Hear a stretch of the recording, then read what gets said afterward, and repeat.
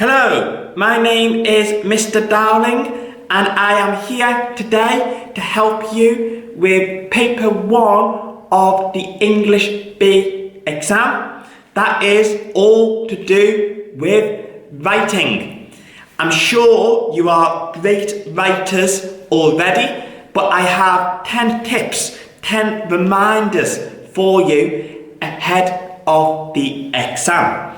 So, tip number 1, know your text types. Ask yourself, what are the different text types? What are the rules for each text type? How is each text type organized? What kind of language does each text type use? What kind of tone should you adopt?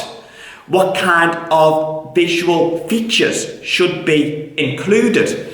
Now, if you don't know what the text types are that I am referring to, I am talking about things like blog, diary, journal, personal statement, email, letter, proposal, report, review, article, speech, brochure, travel guide, news report, interview, instructions, pamphlet, web page, opinion piece, and there are probably some others as well that you have studied in class. So make sure you know the rules, the conventions for each one of those text types. That is really important. Number 2, know the best text types. Remember, in the paper 1 exam, you need to impress the examiner, and this is your one opportunity to do so. So ahead of time, think about which text types are the best and think about which text types are not the best. For instance, survey, questionnaire, instructions. They're too basic. You're probably not going to be able to impress the examiner with all of your great English B writing skills. But text types like blogs, speeches, letters, articles, they allow you to show off all of those skills that you have developed. So ahead of the exam, work out what are the best text types and make sure you know the rules for those text types in particular. Rule number 3, or tip number 3, break down the prompt. In the English B exam, you are given prompts. Please make sure that you read it carefully and you break it down so you know exactly what the prompt is asking you to do. Usually, the prompt starts with some kind of background statement. You are concerned about climate change, for instance. Then there is normally something that is suggesting that you rise to an occasion, you rise to action.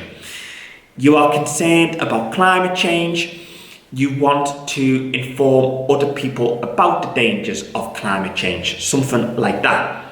What normally follows after that is a set of 3 instructions. So the exam prompt will normally tell you to do X, Y, and Z. So maybe describe the problem, explain why it's so crucial that we fix it now, and persuade people to take action. Notice how each aspect of the latter part of the prompt has a particular verb. Describe, explain, persuade. It's going to be different based on the prompt that you choose. But please make sure that you pay attention to those instructions. Make sure you pay attention to those verbs and make sure that you are addressing the prompt in the way that you are supposed to. Number 4, I talked earlier about knowing the different text types, knowing the best text types.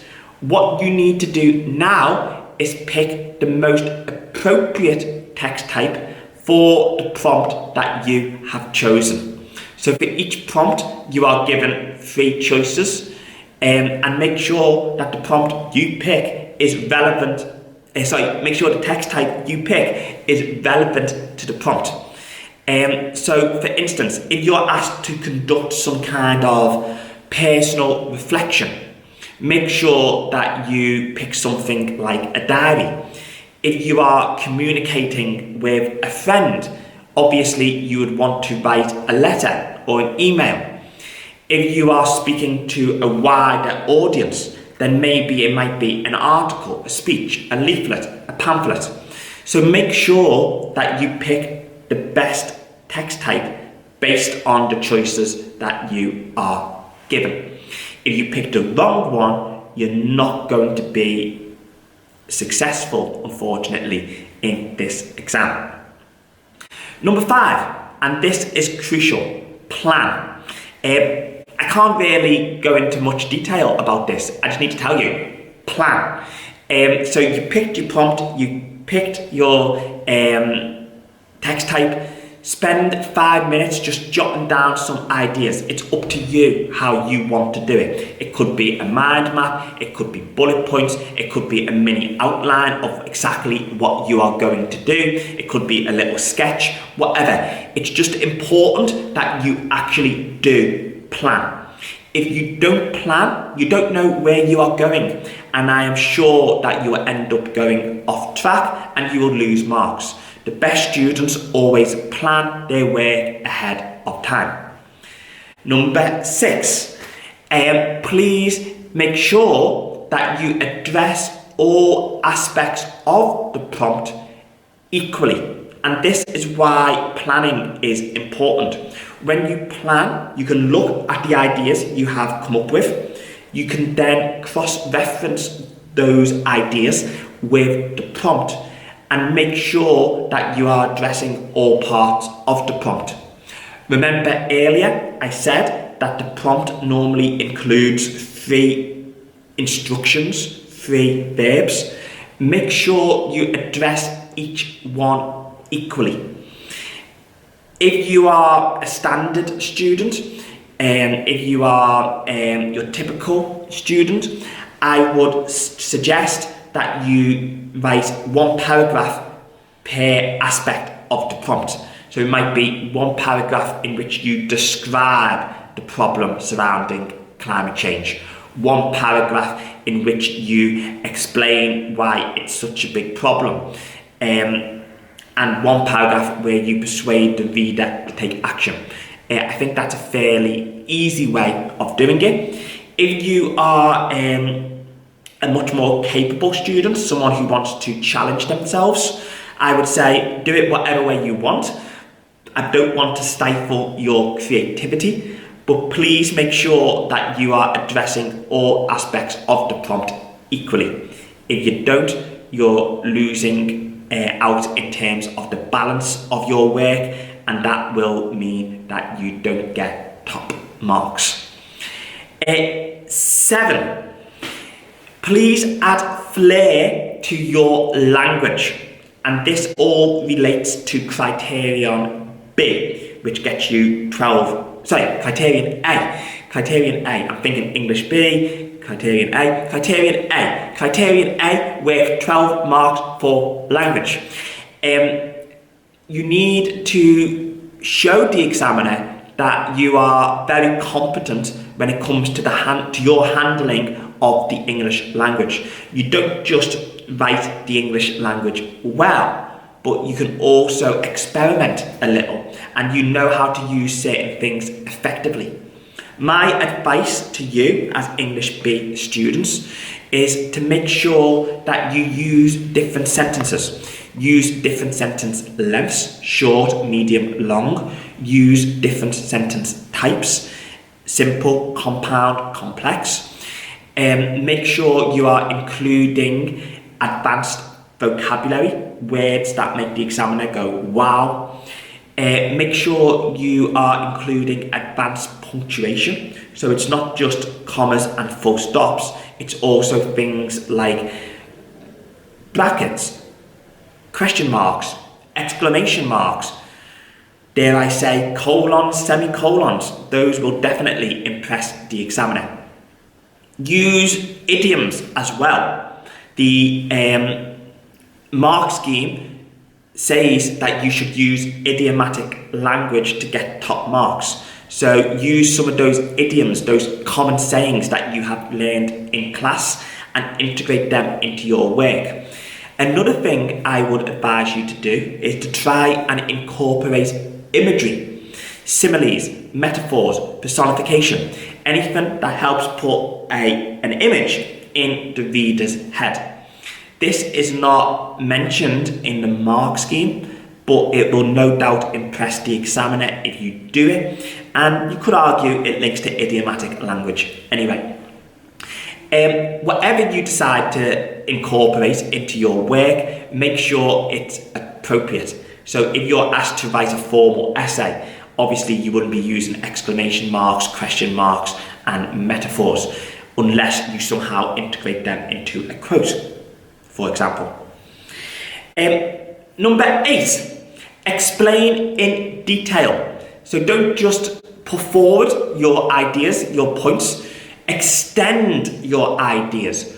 Write a lot about a little, and also use examples to justify the points, the ideas you are making. So for instance, if you're doing something about climate change and you're explaining why it's such a big problem, then you might include an anecdote of a little island that is suffering because of rising sea levels. I don't know, something like that. Number 9, I think this one is key when it comes to criterion C. Make it look real.